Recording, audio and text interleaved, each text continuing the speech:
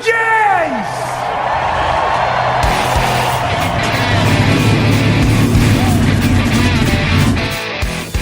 Hit the pace car! What for? Because you hit every other damn thing out there. I want you to be perfect. When I'm driving, I got a guy on the radio who talks to me. It's him. He talks to me. Well, I wanna be a race car driver. Pretty girls eating from my hand, yeah. Wanna live a life of fun and danger. No sweater working for the man, alright. Well, hey. Well, I wanna be a firefighter. Cool-headed when the heat is on, yeah. Save my baby from the burning building. Take all the work sweepers on, alright. Well, No, he didn't slam you, he didn't bump you, he didn't nudge you. He rubbed you. And rubbing, son, is racing. Good evening, race fans. Welcome to the Hoobazoo Radio Network, and welcome to the Drafting the Circuits radio program. My name is Frank Santoroski. I'll be your host for the next hour as we talk over this past week in racing and preview next week. Joining me in the studio tonight is my good friend Gray Warren, Seth Eggert, and Richard Youden. Fellas, how we doing tonight? Terrific. Doing good. Good, thank you. All right, great to have you all here. Again, like I always say, it's the highlight of my week when I get to talk to y'all. But so let's knock out the headlines real quick. Big winners of the week: Kyle Busch down in Bristol and Takuma Sato down in Barber Motorsports Park. So pretty good weekend of racing. Let's start with Bristol. We had I think it was a better Bristol race than we've seen recently. Kyle Busch came back from some adversity to eventually take that win. I believe that's his 8th win at Bristol overall. Correct. Yeah. So good on him. So Gray, Seth, let's talk about Bristol. Well, they put the traction compound back down again, as they have been for the past 3 or 4 years. But this time they only did it in about 4 wide strip in the turns, and they used what they called a 50-50 solution. And it actually stayed throughout the entire race.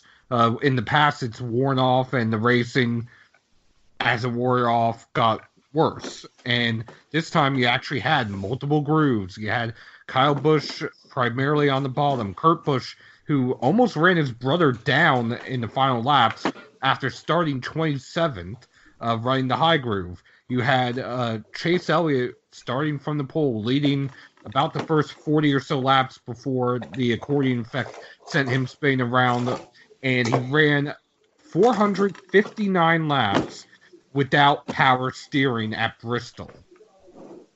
Yeah, that in itself is not impressive, not unprecedented, but still is quite a job there to wrestle a car for that many laps at Bristol without power steering. And he finished on the lead lap somehow, too.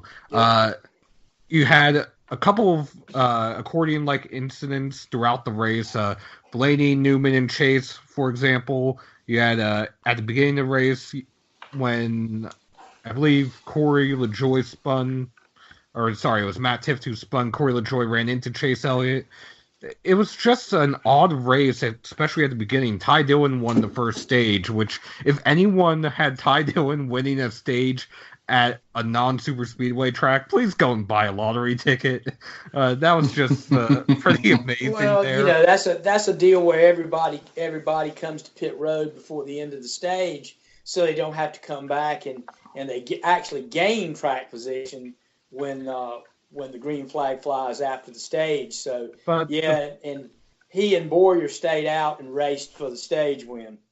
Yeah, but the fact that he was able to hold Boyer off was actually impressive, especially for that team.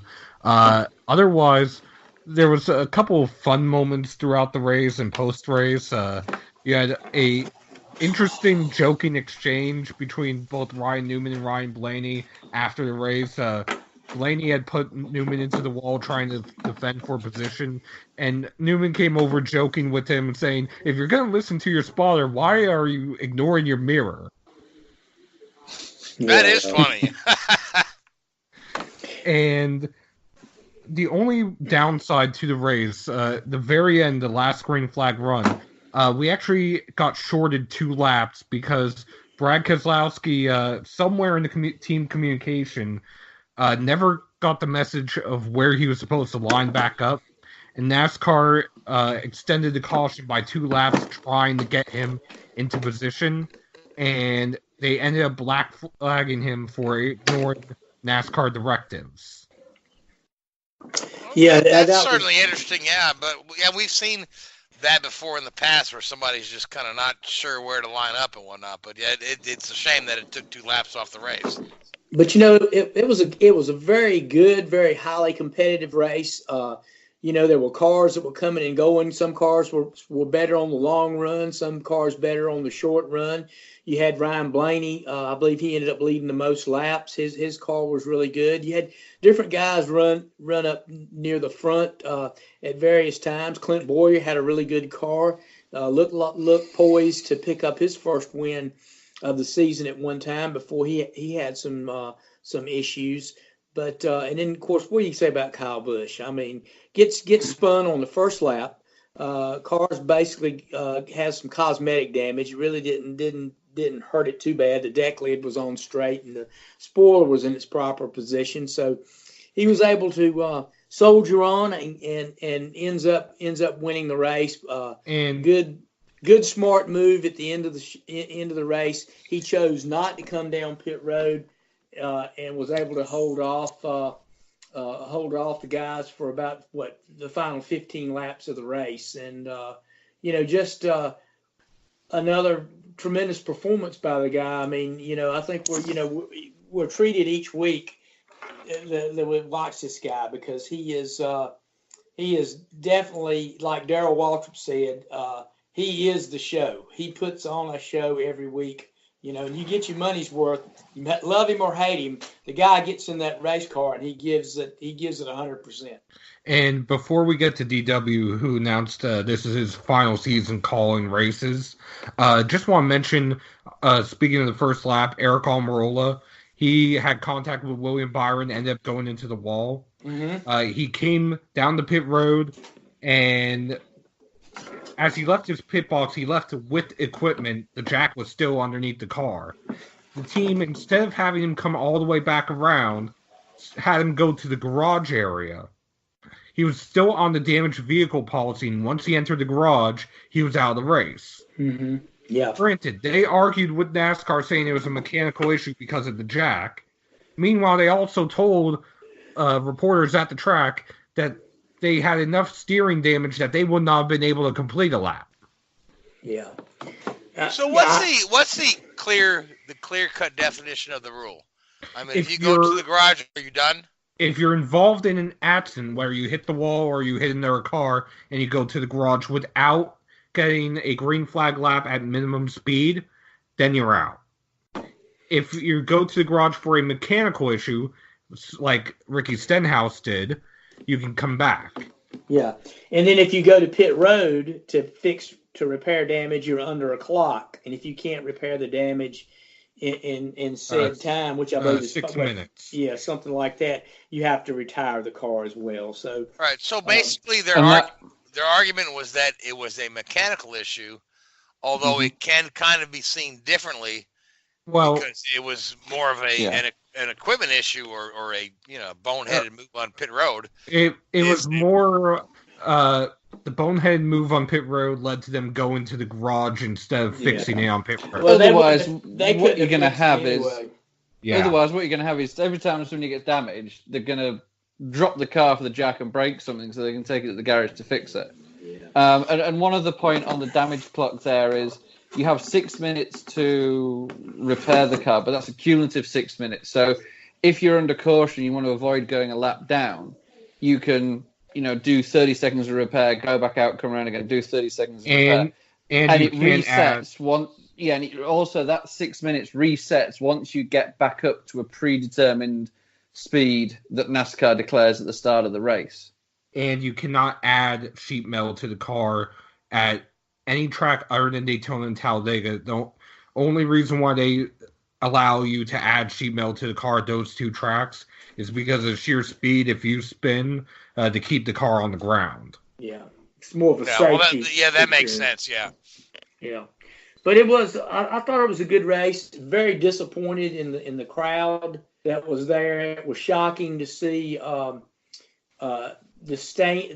turns weren't even open on either end of the track, and sparsely, on both the front stretch and back stretch, and that was really somewhat concerning because it wasn't too many years ago that track was the hottest ticket in the sport and hard to get in if it was tough to get, but I think there's more at work here than people being just dissatisfied with NASCAR because if they didn't like that show, they don't like racing. I think that's it in a nutshell. But I think basically there was other talk during the course of the weekend. I think you had several drivers expressing their displeasure at some of the hotels. Clint Boyer was Clint one of the Boyer. most vocal. Jeb Burton as well. Yeah, and forcing their displeasure at the hotel's price gouging on hotels. Well, and go ahead. That is a factor regardless. I mean, whether or not NASCAR can do anything about it. In the past, to my knowledge, NASCAR and the tracks have tried to work with the hotels. Yeah. But it's just a small portion of it because by and large, a lot of fans come the day of. They drive up.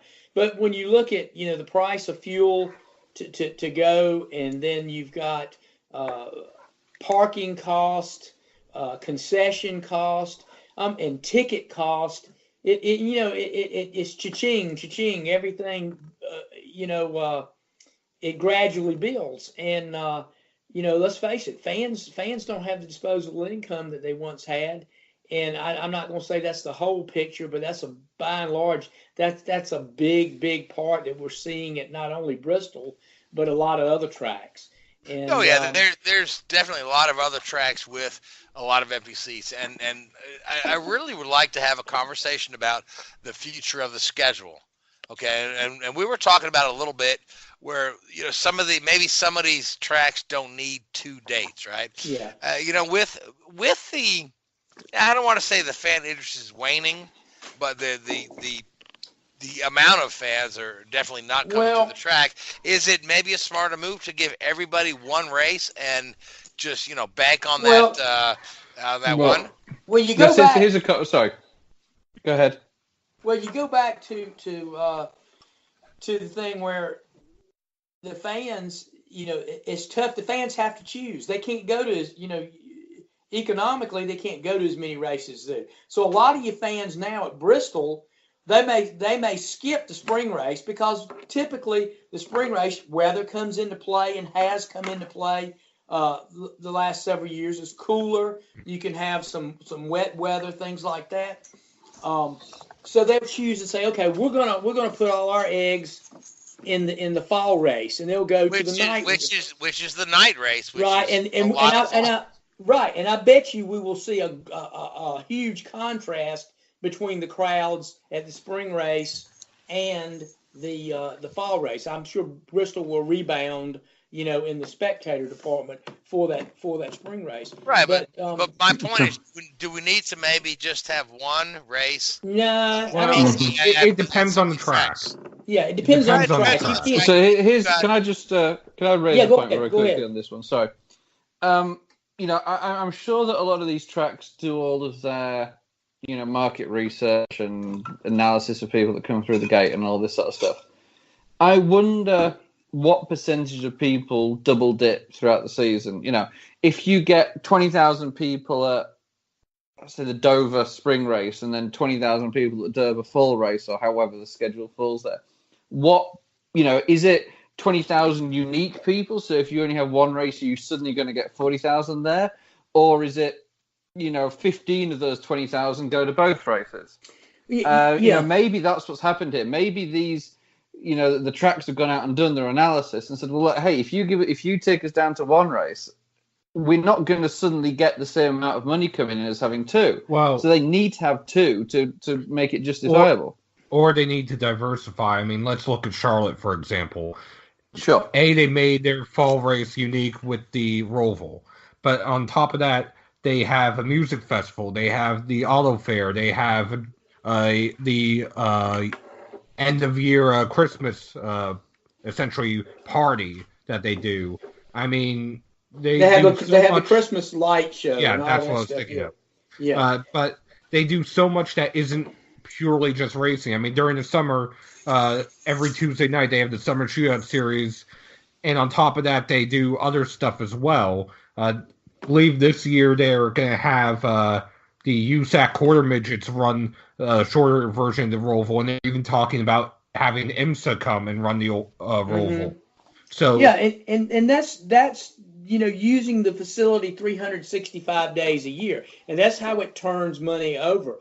Some tracks are better suited to do that. Charlotte is one of them. Another track that's well suited is Sonoma. Sonoma has a lot of events at their racetrack. You don't obviously here on the East Coast, we don't hear about a lot of them, but I have friends that are in management at that track, and they have events out there all year long with festivals and shows and things like that. And same with Vegas. Yeah, that continue. Some tracks, when you get up in the Northeast, obviously with weather and things like that, they aren't able to do the same thing. But then again, too, you get to a point of,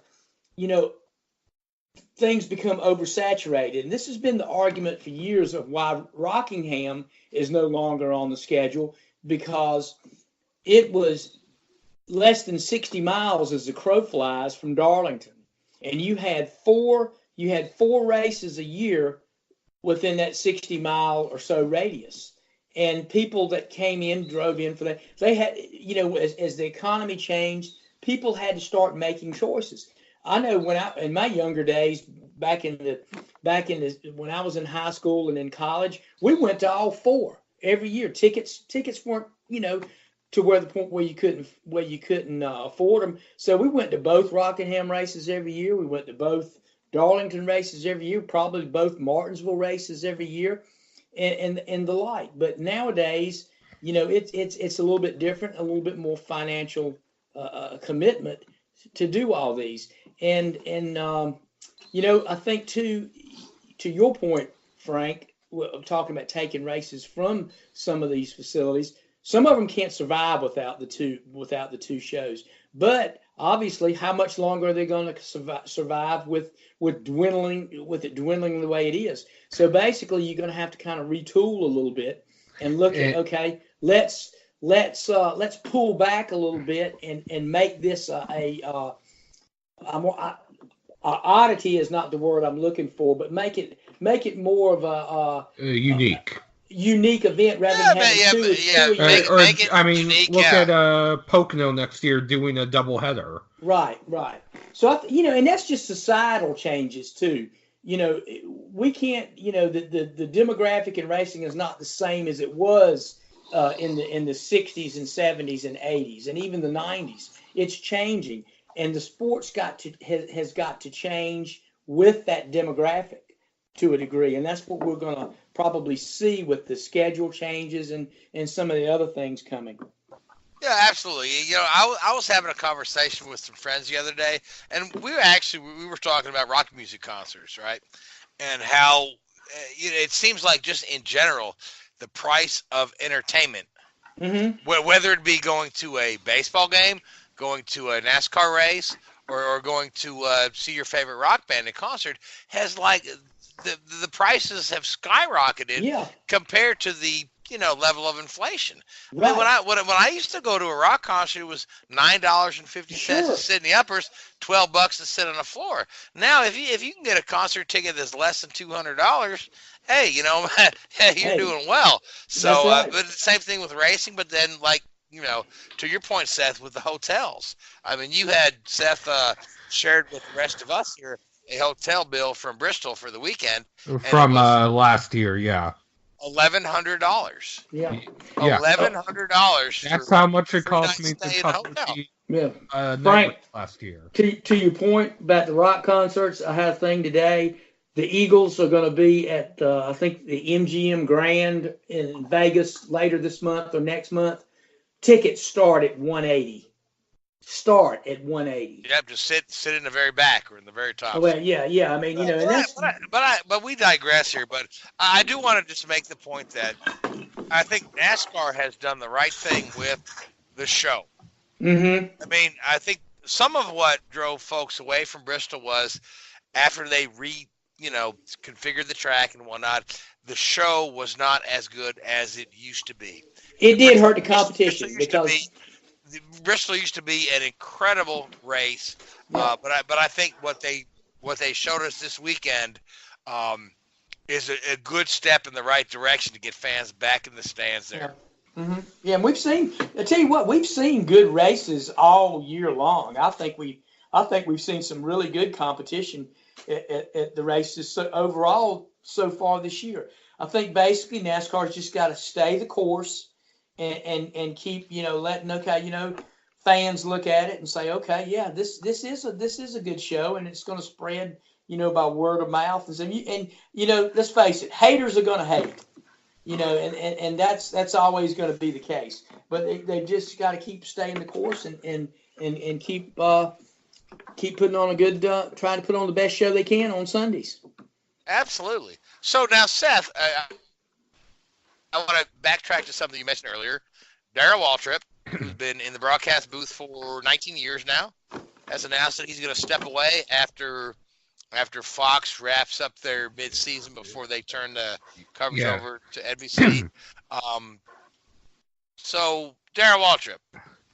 Yeah, he will be retiring after the Sonoma race this year.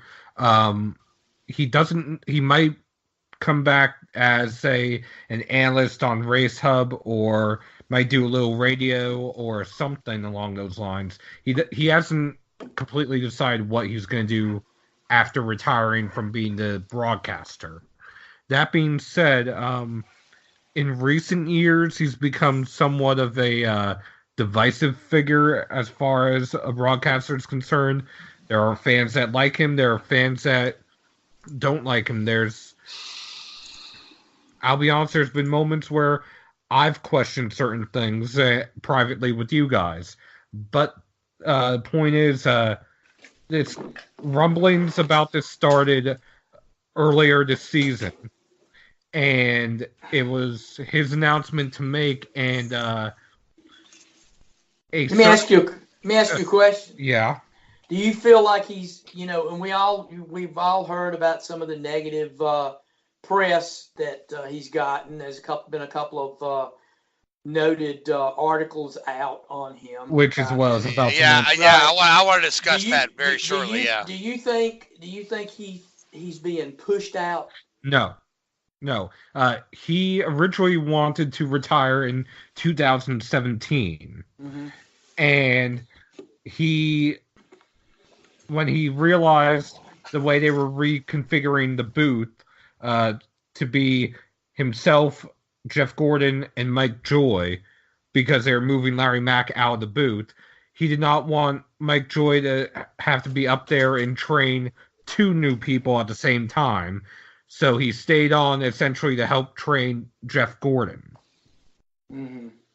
So now my whole issue, Seth, and I know you and I are of like mind with this, right? Our friend Jenna Fryer, who writes for the Associated Press, she decided to, after he announced his retirement, right? Before. I guess it was before, right? Yeah, so she actually beat him to the punch. But she wrote a rather scathing kind of article that I think her headline was like, Darrel Waltrip leaving, it's about time, right? And then she just used a lot of kind of really derogatory language to talk about her and, Darrel and Mike Joy with their Southern guffaws and slap on the back old time stories. And I just thought it was very kind of demeaning on her part. But Jennifer manages to stick her foot in her mouth at least once a year. But I personally felt it was like in really bad taste because Waltrip, he's given back so much more to this sport. Exactly, great. He's given so much to the sport. He didn't deserve that. I will say this. Granted, like I said, there's been some things that I've questioned privately with you guys. I can see certain things in private. I can't see writing an article like Sure. that. The main thing DW was upset about, and he said this to Claire B. Lang on SiriusXM NASCAR, was that he was upset that Jeff Fryer never reached out to him, never reached out to Mike Joy, never asked them their opinion, just went along with that article. And he originally had planned at the end of the Sonoma race to say that he had a little bit more of breaking news and that was his last race. Yeah. So she stole his thunder. Yeah. And again, it feels like the announcement got rushed, not that he's getting rushed. but if you sit there and you read social media, the social media sites of there are literally hundreds of them that deal with NASCAR, and the fans get on and spout their opinions on everything in the sport. You're going to have a faction that likes, like Seth said, a faction that likes Darrell, a faction that doesn't like him. But not only is it Darrell, there are people that don't like Jeff Gordon, that people that don't like Mike Joy.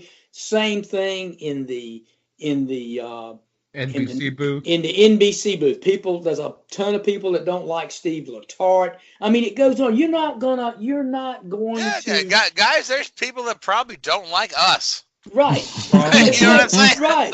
But Darrell's a lifelong racer, and he's given so much back to the sport. He's a well-deserved Hall of Famer, 3-time champion, 80-some victories. He's got nothing. He's done it all, and he can sit back and look at his career, both of his careers, with a lot of pride. And I like Darrell. Some of the things I didn't like, the boogity thing got old with me a little bit. But Darrell offered a lot of insight during the race about things that people would just shut up and listen to him sometimes. But if people, every time, but people just get too carried away with all the other stuff that goes on. And hey, that's each fan, they buy the cable subscription or buy the tickets or whatever, or tune in on TV. They have the right to do whatever they want. I'm not, but it's a shame. I do feel somewhat that he's not going out altogether on his own terms. I feel that way because of this what's transpired in the last 6 weeks. Oh, I agree. Everyone should just thank him for his contributions to the sport. Absolutely. And wish him well on the next chapter of his life. So, but I digress. So, Seth, do we have Xfinity Truck Racing? We had the Xfinity Series racing. It was the first Dash for Cash race of the year. It was Justin Allgaier's race to lose and Christopher Bell's race to win, right? And a Sauer engine gave the race to Christopher Bell and a $100,000 bonus. Although there was a rather interesting moment. Tyler Reddick in the first stage was leading, and the spotter told him the stage ended 1 lap too soon, giving the stage win to Justin Allgaier. Yeah, that guy had a talking to back at the shop. And that's not totally unprecedented either. In that, who was it? Seth Martin lost a race there. Yeah, because him and he was coming back to the white and thought it was the checker, and Martin lost. I believe David Green ended up winning that race. Yes, I remember that one. Yeah, that was crazy. Several years ago too. So it's not, like I said, it's not totally unprecedented. And also, it also happened at Daytona the same time Richard Petty won his 200th race. He raced Cale Yarborough back to the caution flag instead of the checkered flag, and Cale came to pit road and lost, I think, one position as a result. Lost one position. That's right, exactly. He came to pit road thinking that they were racing back to the checker instead of they were actually racing back to the white and the yellow. And one other thing I do want to mention, Harrison Burton, making his Xfinity debut, finished 10th. It's the first time since 1986 that a driver making their Xfinity debut at Bristol earned a top 10 finish. Okay. That's pretty good. All right, yeah, so that's I really like Harrison Burton a ton. I think the kid's got a lot of potential, and I wish him well. I mean, that whole family, between Ward and Jeff, those guys were and Gray, you've worked with Ward. Yep. Matter of fact, I've worked with Ward and Jeff. Yeah. I love both those guys. Sam And I watched Yeah. Jeb grow up. So yeah.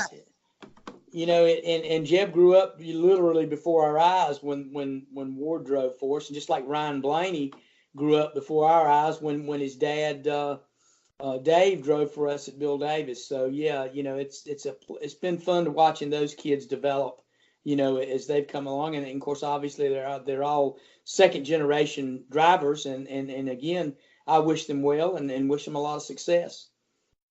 All right, so we're off to Richmond next, correct? Rich, yeah. So, do we want to make some picks for Richmond? Yeah, y'all go first. We haven't seen a Chevy win yet this year, so maybe I'll say Chase Elliott gets the first Chevy win of the year. That's not a bad pick. Richard, who you think? I mean, you can't really look past Kyle Busch, can you? I mean, he's just... You can't. Or the Penske cars, they've been strong week in, week out. I'm gonna tell you, I'll go ahead and make mine. I'm gonna say I'm gonna throw since Richard likes Kyle, I'm gonna throw Clint Boyer in the mix because Clint had a really good run going at Bristol and ran decent at Martinsville too. So I'm gonna say he's on the verge of picking up another short track win. And while Richard is still deciding, it's a short track. He still hasn't won there. Truex. Yeah, Seth, I tried that last week for Bristol. Didn't work for me either. So, but I do want to say to your comment, Frank, that Chevy hasn't won yet this year. The last time Chevy went 9 straight races without a win was 1992, I believe. Wow. And I tell you something. They're starting to show some speed. The Hendrick camp has been really good at qualifying the last couple of weeks. The RCR cars have qualified well, but the thing about it is they have found speed for qualifying, but they've yet to be able to sustain it in the race. And basically, they've fallen off early. Except for Texas, same way. Well, they've fallen off early and often, and I think that's still part of the program they've got to work on to be able to sustain that speed, further into the race. So we'll see what happens. But yeah, it's encouraging to see them at least, qualifying well. So and real quick note, speaking of qualifying well, the last time Hendrick swept the front row in back-to-back races, 1996. Wow. Okay. All right. All right, Frank. so, who you like? Chase Elliott. I already picked Chase Elliott, didn't I? Chase Elliott. Yeah. Okay. Yeah. I don't know if I like him or not. I've not met the dude, but he seemed like a pleasant guy.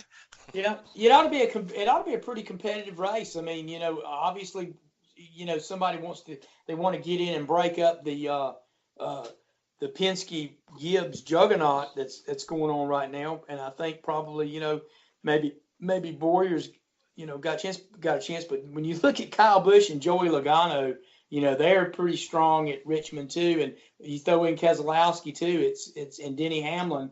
It's hard to bet against those guys. Yeah, and it's really weird that we're this deep in the season and Kevin Harvick hasn't won a race either. Yep, sure is. Mm-hmm.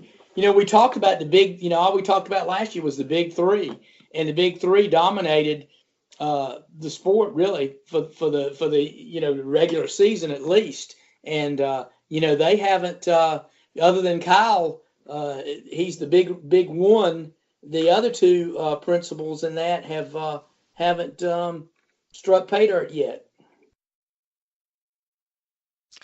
Absolutely, yeah. So now, Richard, are you settled on Kyle Busch? I am, yep. Okay, all right, very good then. So let's talk about the Indycar race. The Indycars were down in Barber Motorsports Park, which is a beautiful racetrack in outside of Birmingham, Alabama. It's always one of my favorite races.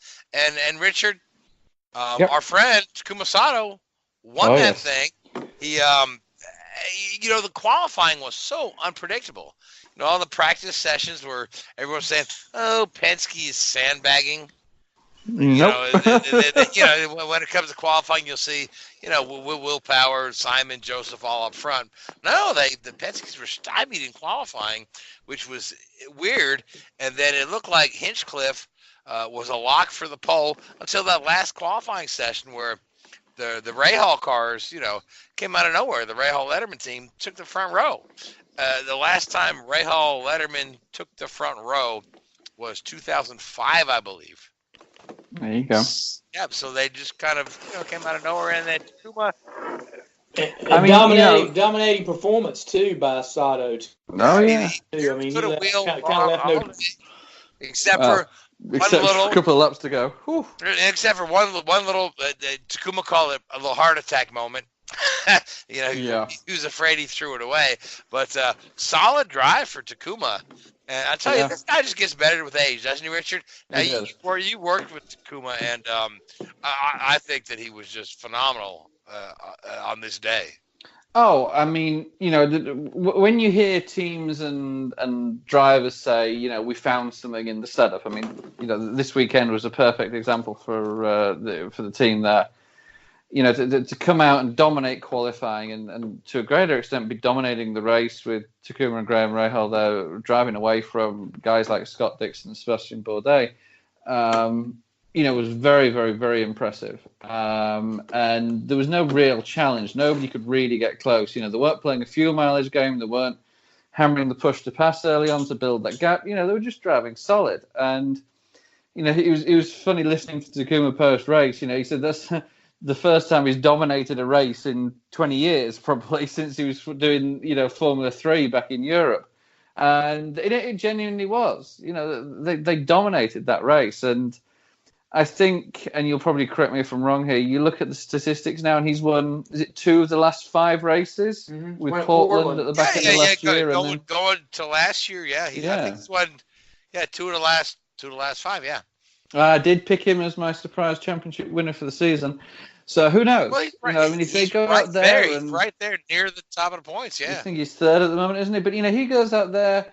I don't know where they are next, but they're at Long Beach this weekend. Long Beach this weekend, Absolutely. Which he's won there. He knows there. his way around.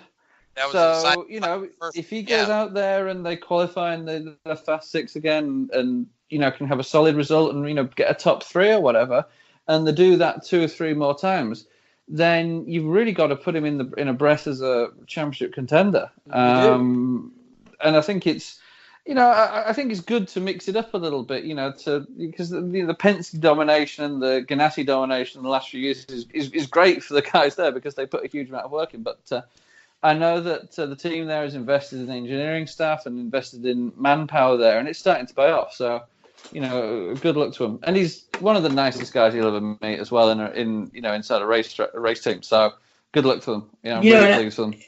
And one of the things I thought was really impressive about his drive is the last 20 laps of the race. He gapped Dixon by just under 2 seconds. Yeah. And he kept it at one. I mean, lap after lap when they crossed the line, he was 1 3/4 seconds ahead, and that margin stayed within a few 100ths. That whole 20 laps, you'd look until he had his little off-track thing. But I mean, he would stay 1.78, 1.79, 1.6, and every lap it didn't change. I mean, that was just being smooth and taking care of the car and not, like I said, I don't know how many push to passes he had at the end of the race. I'm sure he had some in his pocket in case he'd have needed them for a late race restart or whatnot. But I thought, and of course, what do you say about Dixon? Dixon finishes 2nd for the 6th time? 6th time, yeah. Yeah, so. But I mean, you look at that. You look at that. You touched on something there, Greg. The way he dominated, not just in outright pace, but the consistency and the monotonous, pace. I mean, that demoralizes your opposition pretty quickly. Yeah, because you look and you can't do anything about it. Right. He keeps that same distance from you. And it's almost like he's toying with you to a degree. He knows he's got the car, and he's not going to overextend it to do it. And you're driving your ass off, and you can't make inroads into the margin. Yeah, and I thought that was very impressive because I remarked several times during the races to the buddies and I watching the race, and I said, "Look at that gap. I mean, it's within a few hundredths of a second every lap. He maintains that margin. So and I mean, I wasn't looking at his overall lap times, but his overall lap times had to be the same. But you look at it, and I think that goes back a little bit to his upbringing in some of the European, formula. And, to get to Formula One like he did in the early 2000s, yeah, you need to be quick. But there's so many other disciplines that you need, and that's what the team owners look for in the higher categories. The technical, the ability to go out and do, you'll be in testing and you'll turn around to a driver and say, okay, I want you to go out and do 15 laps in a row here, and I want them to all be in this time interval, and they'll do it. Bang, the good guys. And I'll tell you who the best was at that. The best guy I ever worked with for doing repetitive lap times was Anthony Davidson. I mean, that guy's driven more laps of Barcelona than anybody, and he could just, hit his number over and over and over again.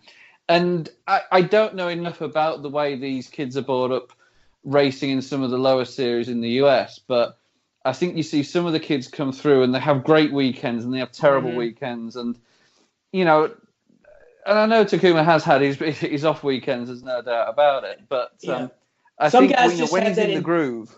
Yeah. Some guys just have that internal rhythm, that they're doing. And I tell you, you talk about that. Some of the guys that I've seen do it.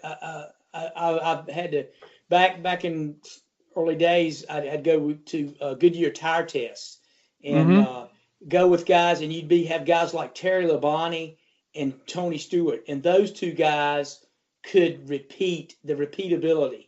They could go out and just turn lap after lap, and they could actually come in and tell me, and I'd prepared the tires. They would come in and tell me what stagger I had in the tires. They could tell me if it was a quarter inch or 5 or 3/4 of an inch or what. And I mean, I thought, and I'm saying, yeah, you're right. I mean, it's just remarkable the feel and the feel that they had. Oh yeah, the good guys are on another level.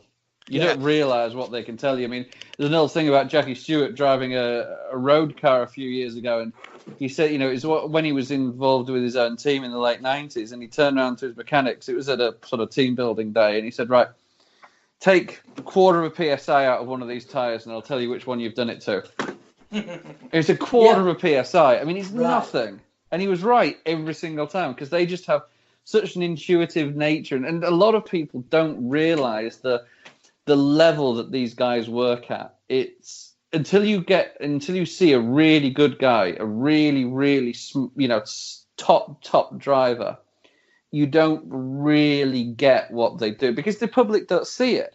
They don't look at lap times or sector times or splits and tire wear and stuff like that. They just don't appreciate it, and it's a real shame, because I think it does need to be brought forward more. But the guys have a natural talent, natural physical talent, seat of the pants talent to hustle a race car. But you couple that with a real cerebral understanding of the car and everything else. I mean, it's like you said, the good guys are just unmatched.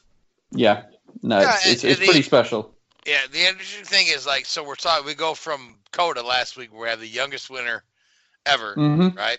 He went from first to last, didn't he? Yeah, oh yeah. But look at the podium from Barber. You got 3 of the oldest guys out there, right? Takuma's the second oldest guy. The only older guy that Takuma is, Tony Kanaan. Dixon was the young guy on the podium. The other one was Bourdais. Bourdais. I thought, talking of Tony Kanaan, I thought he had a pretty rough weekend, didn't he? Tony's had a rough couple years. He was actually, bouncing off of every other car that got near him. Yeah. So I don't know. Anyway, Well, on a side note, Larry Foyt, who had been the team manager there, is actually going to step back, let somebody else assume that team manager role, to see if they can improve their fortunes. I'm not exactly sure who that is because I don't have that article in front of me. But you know, the Foyt team has. What was the last time they won a race? Oh, Takuma Sato. Takuma Sato, yeah. Long Beach, 2013. They brought Tony on. They brought Matthias Leist in there. They are sadly lost some race weekends. I think a lot of it is cubic dollars too. I don't think they have the money that the Ganassis and the Penske's and the Andretti's and them have too. So you know, we see that in NASCAR all the time too. So basically, I think that they're deficient on that, and of course we all know that doesn't allow you to bring in some of the necessary people that you need to have to step your game up too. So I think that's one of the problems that AJ4 Racing has too. Part of it, yeah, but at the same time, I know that the Harding Steinbrenner team doesn't have quite the budget of the Penske's, and neither does the Ray Hall Letterman team. Those guys won the last 2 races. Mm-hmm. So I think that maybe Larry Foyt stepping back out of a controlling role to an administrative role and getting somebody else in there, it may be helpful for the team. I don't know. We'll have to see, but it's simply to see a guy like Tony Kanaan, who's probably got a lot of good years left in him. Yeah, I mean, the dude is the oldest guy in the series, but he is fit as you can imagine. You know, I think he can still drive top of the game. Just they're not giving the equipment that he needs to work for. So, but I digress. So.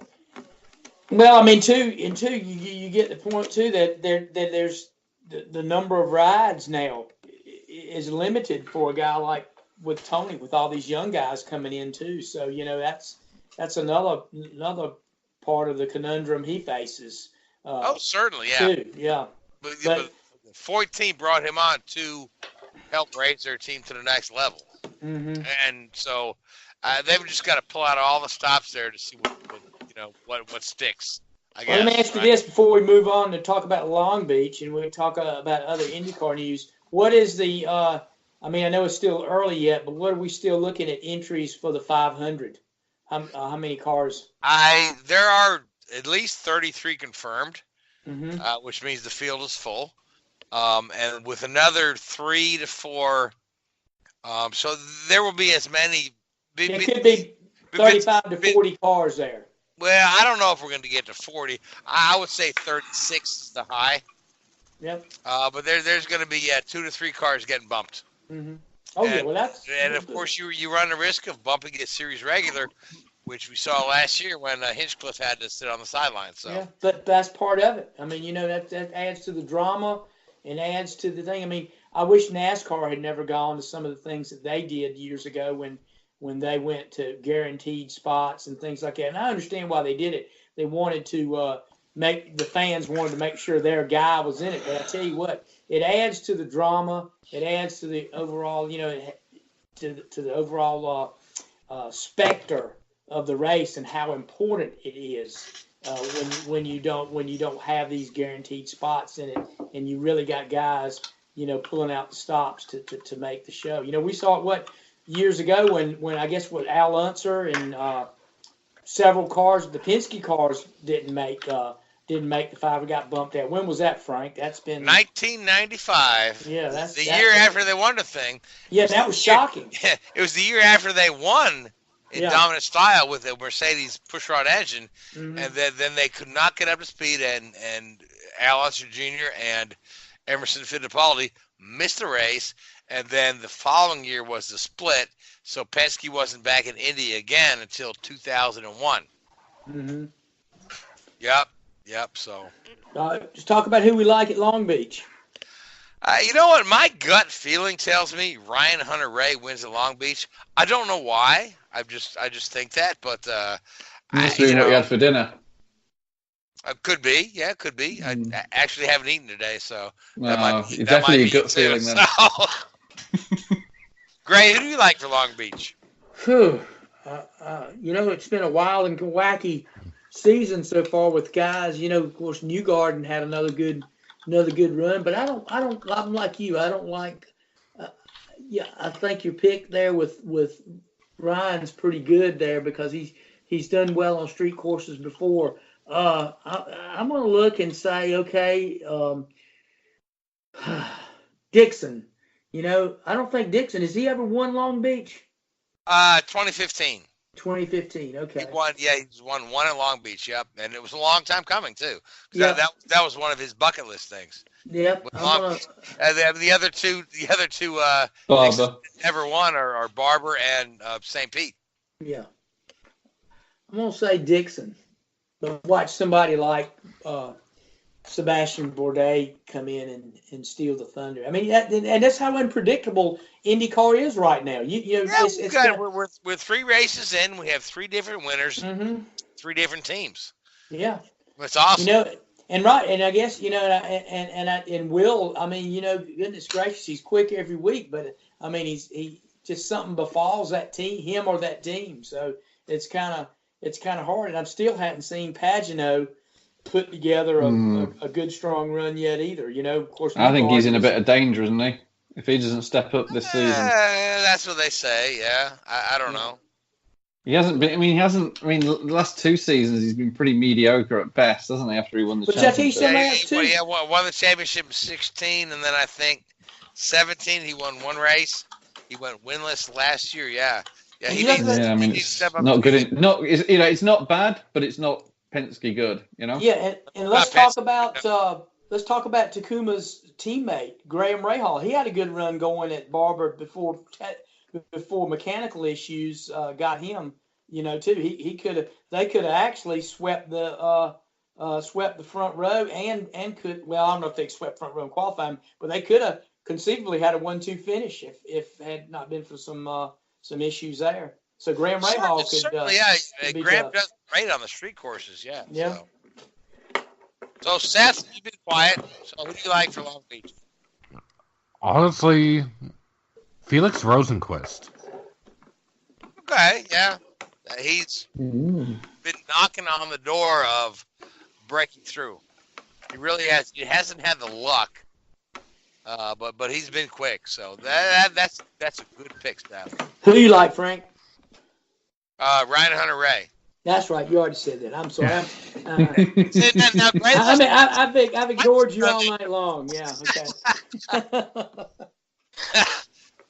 Guys, we got about 9 minutes left, and Seth, let's have a conversation about Richard's friend Jacques Villeneuve. Yes, Jacques Villeneuve, the former F1 champion, driver in multiple racing series. He's going to be a rookie once again in the NASCAR Whaling Euro Series, which starts back up this weekend. He's running full-time. It's a 9-race schedule, and they start off in Valencia, Spain. Seth, for our listeners out there, tell us what a NASCAR Euro car is. What it consists of. What are they racing? It's very similar to what they race up north in Canada in the Pinty series. General tires. They have the Chevrolet SS bodies. They have Ford Mustangs. I believe they also have Toyota Camrys, which is what, if I remember correctly, Alonde won the championship with kind of like a super late model chassis, something like that. Something along those lines. It's more comparable to what the K&N uses. Okay. Which the Pinty series is based off of the old CASCAR bodies, if I remember correctly. Okay. All right. So now Villeneuve is in this series as a rookie, driving for Go Fast Racing. Which it's kind of funny, but you talk about a guy who's won the Indy 500, the IndyCar Championship, and the Formula One World Championship. So yeah, now you're a rookie. Yes. And he's made several forays into stock car racing over the years. In fact, he made several starts with Bill Davis Racing when I was there, and Team Penske, and a Bill Davis truck, and we attempted a Daytona 500 effort back in 2000. I forget what the year it was. I crewed the car, but I can't remember what year it was. It might have been 2009 or 2010. No, it was before that because Bill Davis sold his operation in 2008. So it was Okay. It was prior. I'm thinking to of when he. Yeah, it's I'm thinking 2008. when he. Yeah. I'm Yeah, thinking we when he attempted Bill with Davis, shell 2008. routine. Yeah, we attempted a day. Like I said, we attempted a Daytona 500. And he ran several truck races with Bill Davis in the Toyota thing too. So yeah, I mean he's done a little bit of everything. Of course we remember him most of his NASCAR stuff from where he drove Penske's nationwide cars at Montreal and was Road America and was very quick and actually put on a really good show for the fans each time he ran up there.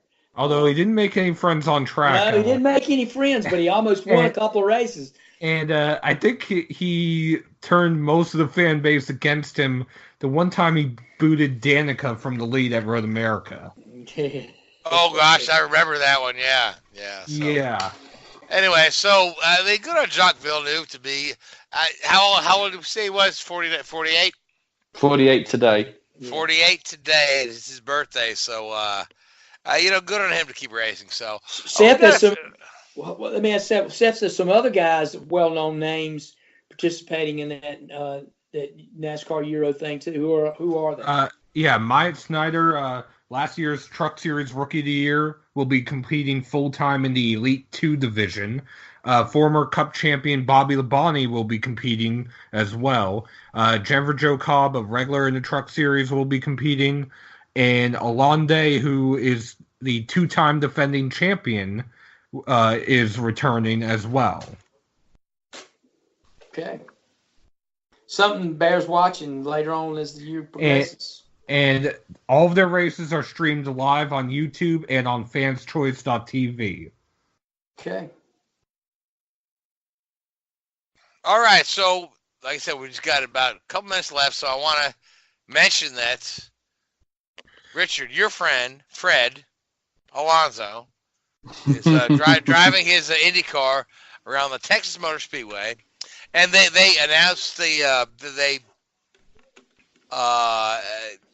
put out the picture of the livery, which is the papaya and blue car, which is kind of reminiscent of the old Mormon Meteor from the 40s. But it's a good-looking car, and so he ran some laps around Texas in a test.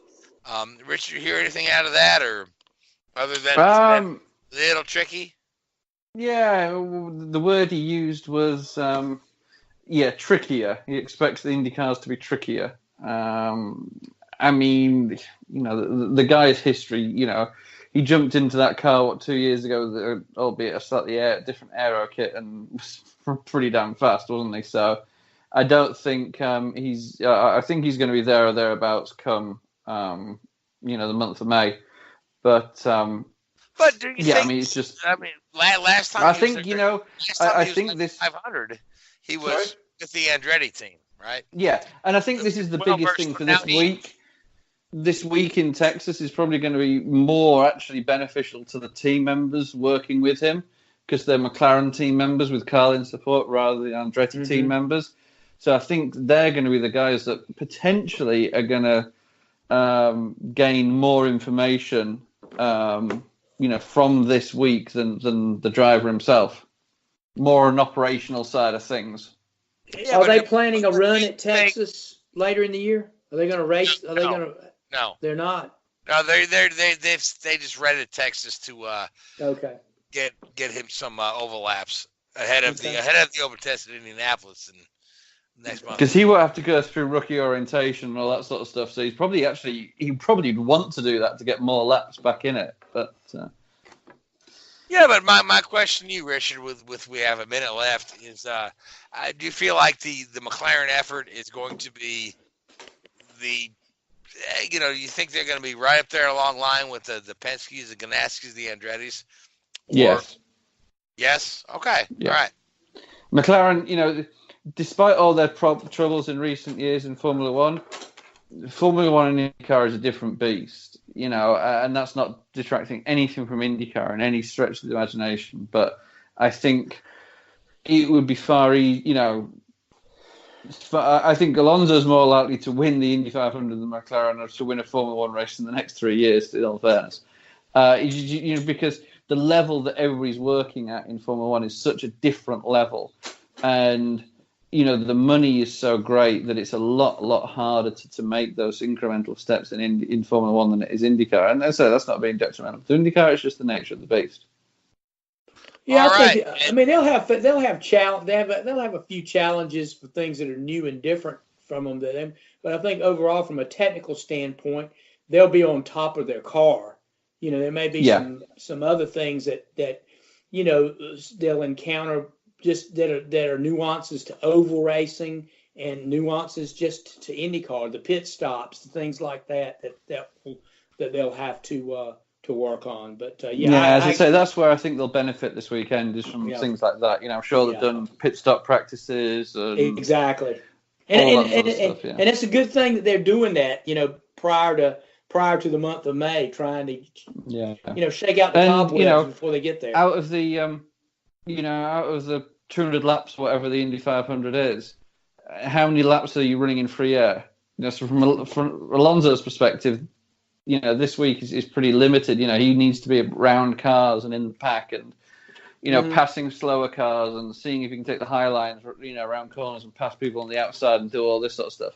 That's where he's gonna, he needs other cars around him. So this weekend is just familiarization and get the team up to speed and make sure the seat's comfortable and the pedals are in the right position, and just silly little things that you wouldn't really consider are an issue, but in the real world, they are for these guys. Right, but they'll save you time when you get to Indy. Oh, yeah. You won't have to back up and fix things when you can be working on, getting speed out of your car.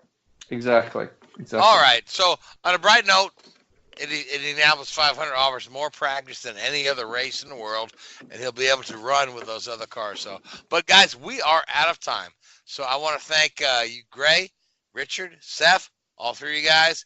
I want to thank Hoobazoo Radio Network. I want to thank iHeartRadio and Spreaker. And I want to thank all you folks that tune in and listen to us. And until next week, good night. WHOOBAZOO, that's Hoobazoo.com. Enter website, enter website, enter website, enter website.